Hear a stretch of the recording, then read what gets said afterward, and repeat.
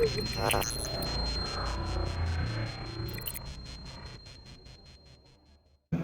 para guru dan jamaah sekalian, mari sama-sama kita dengarkan dengan seksama tausiah agama yang insyaallah yang pertama akan disampaikan oleh guru kita Al-Mukarram Al-Muhtaram Kiai Haji Abdullah Sayuti SAG, pimpinan Pondok Pesantren Jannatul Abrol Kamuraden. Falahi falatul maskur. Shallu ala Nabi Muhammad.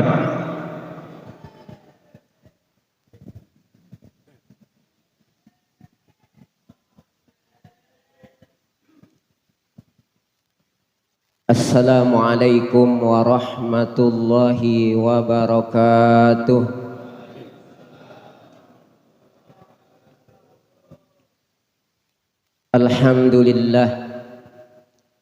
Alhamdulillahilladzi syarrafal anama bisahibil maqamil a'la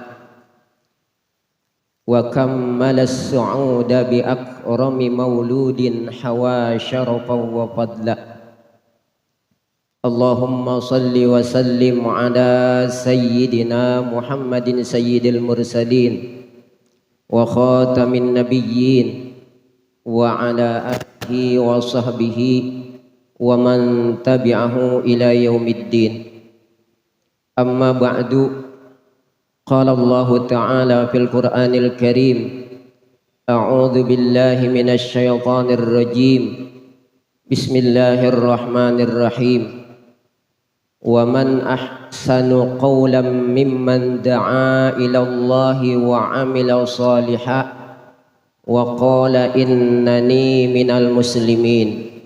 Shadaqallahul azim. Yang sama-sama kita hormati Ketua DKM Masjid Jami Al-Akmal, yang sama-sama kita hormati Ketua FS3G dan juga Sekjen FS3G Bapak Haji Nanang dan Bapak Ustadz Haji Ahmad Maulana, yang beliau sekarang sedang berada di Tanah Suci. Kita doain mudah-mudahan beliau senantiasa dalam keadaan sehat walafiat, dimudahkan segala urusannya oleh Allah Subhanahu wa taala. Para masyayikh, para guru, wabil khusus Pamanda Al-Ustadz Haji Abdul Raji Marja, Pamanda Bapak Kiai Haji Dr. Muhyiddin SHMH, Ustadz Suwandi, serta Bapak Kiai Haji Fajar Maulana dan imam besar kita Bapak Kiai Haji Ahmad Nasihin, dan pembawa acara kita Al Ustadz Ujang Suherman yang sama-sama kita hormati, serta hadirin sekalian jamaah subuh gamuan FS3G. Mudah-mudahan kita semuanya dirahmati oleh Allah Subhanahu wa taala. Amin ya rabbal alamin. Jamaah sekalian yang saya hormati, pada kesempatan ini saya akan menyampaikan sebuah firman Allah Subhanahu wa taala di dalam surat Fussilat ayat 33. Allah taala berfirman, "Wa man ahsanu qawlan mimman da'a ila Allahi wa 'amila shalihan wa qala innani minal muslimin." Wa man ahsanu qawlan, dan siapakah orang yang lebih baik perkataannya, mimman da'a ilallah, daripada orang yang menyeru manusia ke jalan Allah, wa amila salihah, dan dia sendiri adalah orang yang senantiasa mengerjakan amal-amal soleh, wa qala innani minal muslimin, dan dia berkata sesungguhnya aku minal muslimin, termasuk di antara kalangan kaum muslimin. Ayat ini, kata Sayyidatina Aisyah radhiyallahu anha, ara anna hadhil ayah nazalat fil muadzinin. Kata Sayyidatina Aisyah radhiyallahu anha, ara anna hadhil ayata nazalat fil muadzinin. Saya memandang ayat ini turun fil muadzinin, tentang para muadzin, orang-orang yang mengumandangkan azan. Tetapi di dalam salah satu kaidah daripada kaidah-kaidah ilmu tafsir mengatakan al-ibratu bi umumil lafzi la bi khususis sabab. Di dalam salah satu kaidah di antara kaidah ilmu tafsir, al-ibratu bi umumil lafzi la bi khusus sabab. Ibarat di dalam Al-Qur'an itu untuk umumnya lafaz, la bi khususis sabab, bukan karena khususnya sabab, bukan untuk khususnya sabab. Maka berdasarkan kaidah ini, Al-Imam Ibnu Katsir dan Al-Imam Zamakhsyari beliau mengatakan hadhil ayatu ammatun fi kulli jami'i man jama'a baina hadhihi salasati. Kata beliau, hadhil ayatu, ayat ini ammatun fi kulli man jama'a baina hadhihi salasah. Ayat ini umum, fi kulli man jama'a baina hadhihi salasah, pada setiap orang yang pada dirinya terhimpun tiga perkara ini. Makanya tiga perkara ini yang menjadi sabab seorang mukmin menjadi manusia yang terbaik. Tiga ini yang menyebabkan seorang muslim, seorang mukmin menjadi manusia yang terbaik. Kalau kita lihat redaksi ayatnya, waman ahsanu qaulam mimman da'a ilallah. Dan siapakah orang yang lebih baik perkataannya daripada orang yang mereka menyeru mengajak manusia ke jalan Allah? Kalau dalam istilah ilmu nahwu, istifhamnya istifham inkari, maknanya nafi, ay la ahada ahsanu qaulan mimman da'a ila Allah ila akhiril ayah. Istifhamnya istifham inkari, maknanya nafi, artinya la ahada. Tidak ada seorang pun ahsanu qaulan mimman da'a ila Allah ila akhiril ayah. Tidak ada seorang pun yang lebih baik perkataannya daripada orang yang menyeru manusia, mengajak manusia kepada jalan Allah. Makanya tiga perkara ini yang menyebabkan, yang menjadikan seorang mukmin, seorang muslim menjadi manusia yang terbaik. Apa tiga perkara yang menjadikan seorang muslim, menjadikan seorang mukmin itu manusia yang terbaik? Kata Imam Az-Zamakhsyari, yang pertama, ayyakuna mu'minan mu'taqidan lidinil Islam. Yang kedua, wa ayyakuna fa'ilan bil khairat. Yang ketiga, wa ayyakuna da'iyan ilal khair. Yang menjadikan sebab seorang muslim, seorang mukmin itu menjadi manusia yang terbaik, kita tentunya pengen Pak menjadi orang yang terbaik. Kalau kita ingin menjadi seorang mukmin yang terbaik, himpunkan pada diri kita tiga perkara ini. Yang pertama, ayyakuna mu'minan mu'taqidan lidinil Islam. Dia adalah seorang mukmin, seorang yang beriktikad dengan iktikad yang mantap lidinil Islam, bagi agama Islam, bahwasanya tidak ada satupun agama selain agama Islam. Makanya dia pegang Islam ini, sekali dia dijadikan oleh Allah Ta'ala sebagai seorang mukmin, sekali Allah jadikan dia sebagai seorang muslim, fala tamutunna illa wa antum muslimun. Dia tidak akan mati kecuali dia sebagai seorang muslim. Walaupun nyawa taruhannya, walaupun iming-iming yang begitu besar daripada dunia ataupun jabatan ataupun tahta, pangkat dan sebagainya, dia akan tetap memegang agama Islam. Kenapa? Karena ayyakuna mu'minan mu'taqidan lidinil Islam. Dia adalah seorang mukmin mu'taqidan lidinil Islam. Dia adalah orang yang beriktikad, berkeyakinan dengan mantap akan agama Islam. Itu yang pertama. Yang kedua, kata Imam Az-Zamakhsyari, wa ayyakuna amilan bil khairi. Dia menjadi orang yang senantiasa mengerjakan amal kebaikan. Bukan hanya menyeru orang kepada kebaikan, tapi dia sendiri tidak mau mengerjakan kebaikan. Banyak orang seperti itu, ngajak mau ngerjain kagak. ngomong pinter, bukti perbuatannya tidak ada. Allah mengingatkan orang yang beriman jangan sampai seperti itu. Ya ayyuhalladzina amanu lima taquluna ma la taf'alun kabura maqtan indallahi an taqulu ma la taf'alun. Wahai orang-orang yang beriman, lima taquluna ma la taf'alun. Kenapa kamu sekalian mengatakan sesuatu yang kamu sendiri tidak mau mengerjakannya? Kabura maqtan indallahi an taqulu ma la taf'alun. Alangkah besarnya marah Allah, murka Allah, kamu mengatakan sesuatu sedangkan kamu sendiri tidak mau melakukannya. Tapi orang yang terbaik adalah orang yang ayyakuna amilan bil khair. Dia adalah orang yang senantiasa mengerjakan amal-amal kebajikan. Itu yang kedua. Yang ketiga, kata Imam Az-Zamakhsyari daripada ayat yang saya bacakan tadi, ayyakuna da'iyan ilal khair. Dia menjadi orang yang senantiasa mengajak orang lain, menyeru orang lain kepada kebaikan.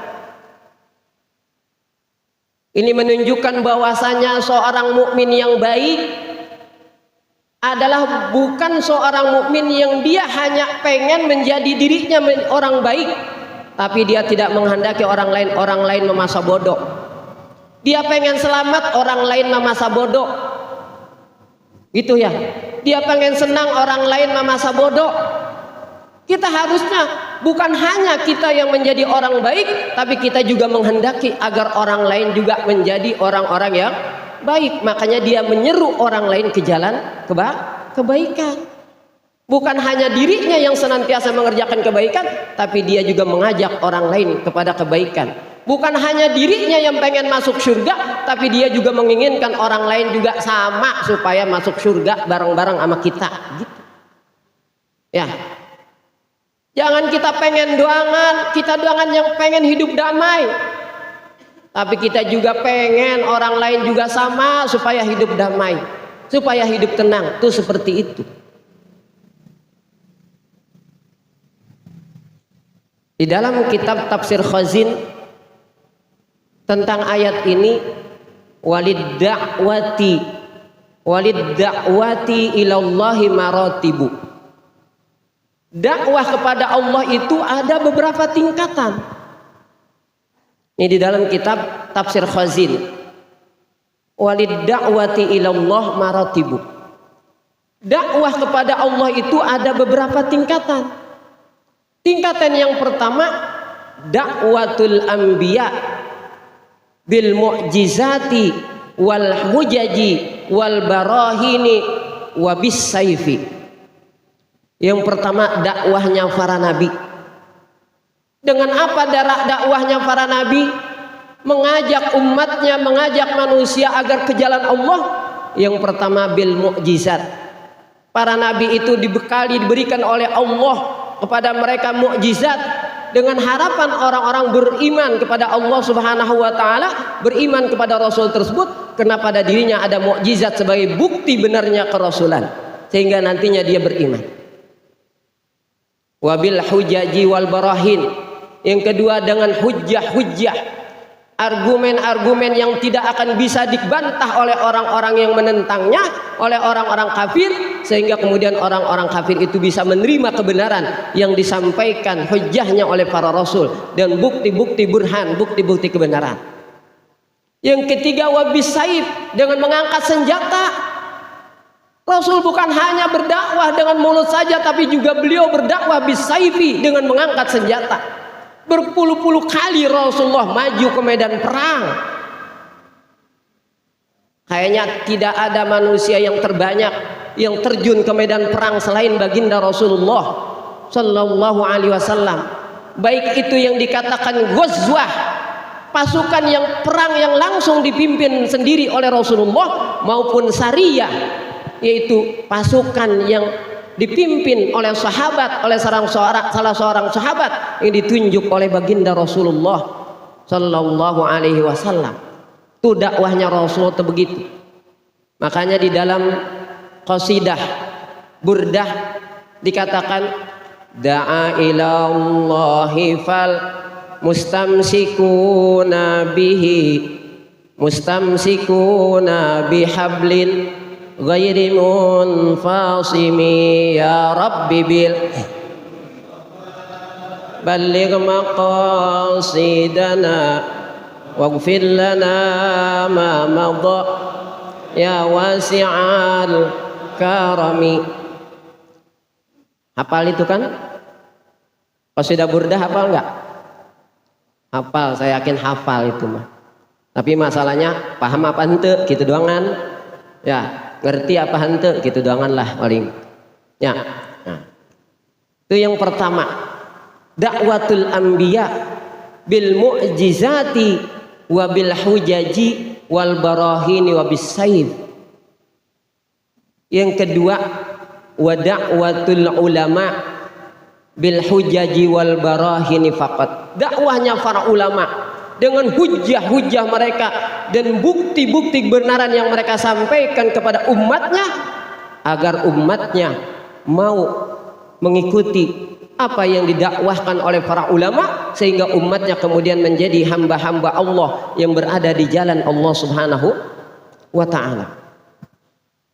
Yang ketiga, dakwatul mujahidin bis saif. Dakwahnya para mujahidin bis saifi dengan mengangkat senjata. Nih, seperti saudara-saudara kita kaum muslimin di Palestina. Perang di Palestina bukan hanya setahun 2 tahun, bukan hanya 10 tahun 20 tahun, lama sekali perjuangan saudara-saudara kita kaum muslimin dalam rangka mempertahankan tanah airnya, dalam rangka mempertahankan diri dan keluarganya, dalam rangka mempertahankan agamanya daripada orang-orang Zionis Israel. Pak, prinsip Islam sebagaimana dalam hadis yang diriwayatkan oleh Imam Al-Bukhari, Rasulullah SAW bersabda, la tatamannau liqa'al aduwi fa idza laqitumuhum fasbiru wa'lamu annal jannata tahta dhilalis suyub. Tsumma qala Allahumma munzilal kitab wa mujriyas sahab wa hazimal ahzab ihzimhum mansurna alaihim. Kata Rasulullah, la tatamannau liqa'al adu. Jangan kamu berangan-angan, jangan kamu berharap ketemu musuh. Tapi fa idza laqitumuhum fasbiru. Tapi kalau kamu ketemu musuh, hadapi dengan sabar. Bahasa Betawi, musuh pantang dicari, ketemu musuh tapi pantang apa? Pantang keluar. La tatamannau liqa'al adu fa idza laqitumuhum fasbiru. Hadis riwayat Bukhari Muslim. Jangan kamu berharap ketemu musuh, tapi kalau ketemu musuh jangan lari. Hadapi dengan kesabaran. Kalau istilah Betawi, musuh pantang dicari, ketemu musuh pantang lari. Lu jual, gua borong. Itu istilahnya. Wa'lamu annal jannata tahta dhilalis suyub. Ketahuilah oleh kamu sekalian bahwasanya surga itu ada di bawah kilatan pedang. Kemudian Rasulullah di dalam doanya, Allahumma munzilal kitab wa mujriyas sahab wa hazimal ahzab ihzimhum mansurna alaihim. Allahumma munzilal kitab, ya Allah yang menurunkan Al-Quran, wa mujriyas sahab, dan yang menjalankan awan, wa hazimal ahzab, dan yang memporak-porandakan pasukan musuh, ihzimhum alaihim, porak-porandakanlah mereka. Ini doa Rasulullah pada saat perang Ahzab atau dikenal perang Khandaq, menghadapi gabungan pasukan orang-orang kafir yang mereka bergabung untuk menghancurkan baginda Rasulullah dan kaum muslimin. Sekarang Zionis Israel bukan sendiri, dia gabung. Berapa negara yang ikut bergabung dengan Zionis Israel untuk menghancurkan saudara kita kaum muslimin? Amerikanya dengan sekutu-sekutunya, mereka sudah yatahazzabun, mereka sudah bersekutu, bergabung, bersatu padu untuk menghancurkan kaum muslimin Palestina. Tapi sudah begitu lama kaum muslimin Palestina enggak pernah hancur-hancur. Itulah pertolongan Allah Subhanahu wa taala. Yang terakhir, yang keempat, yaitu dakwatul muadzinin ila shalah. Dakwahnya para muadzin, orang-orang yang memandangkan azan, maka dakwah mengajak orang ila shalah, untuk mengerjakan salat. Nih supaya berjamaah, nih supaya Masjid Al-Akmal diisi. Itu bukan hanya sekedar kumandang azan dengan lafaz-lafaz dan kalimat-kalimat yang ada pada azan, yang kita dengarkan begitu merduknya suara azan. Bukan itu yang kita dengarkan, tapi yang kita dengarkan apa yang ada di balik seruan azan tersebut. Para muadzin menyeru kita, dakwatul muadzinin ila shalah. Menyeru, para muadzin itu menyeru kita untuk mengerjakan sholat. Nih supaya Masjid Al-Akmal diisi, masjid-masjid bapak-bapak sekalian di tempatnya masing-masing supaya diisi. Apa artinya masjid megah tapi jamaahnya keluar-luar?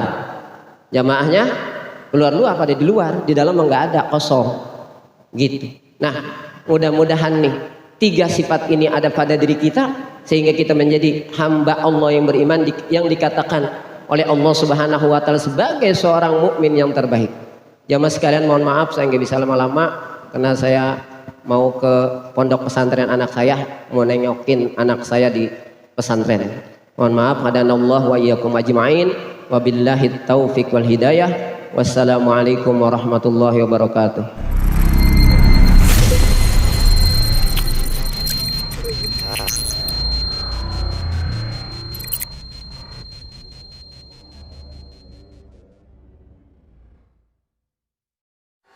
Dengan siaran langsung YouTube channel live streaming Fadlan Sel. Jadi setelah acara nanti bisa ditonton kembali, dilihat kembali di YouTube channel Fadlan Sel, dan jangan lupa untuk like, komen, subscribe untuk membantu siar dakwah agama Allah Subhanahu wa taala.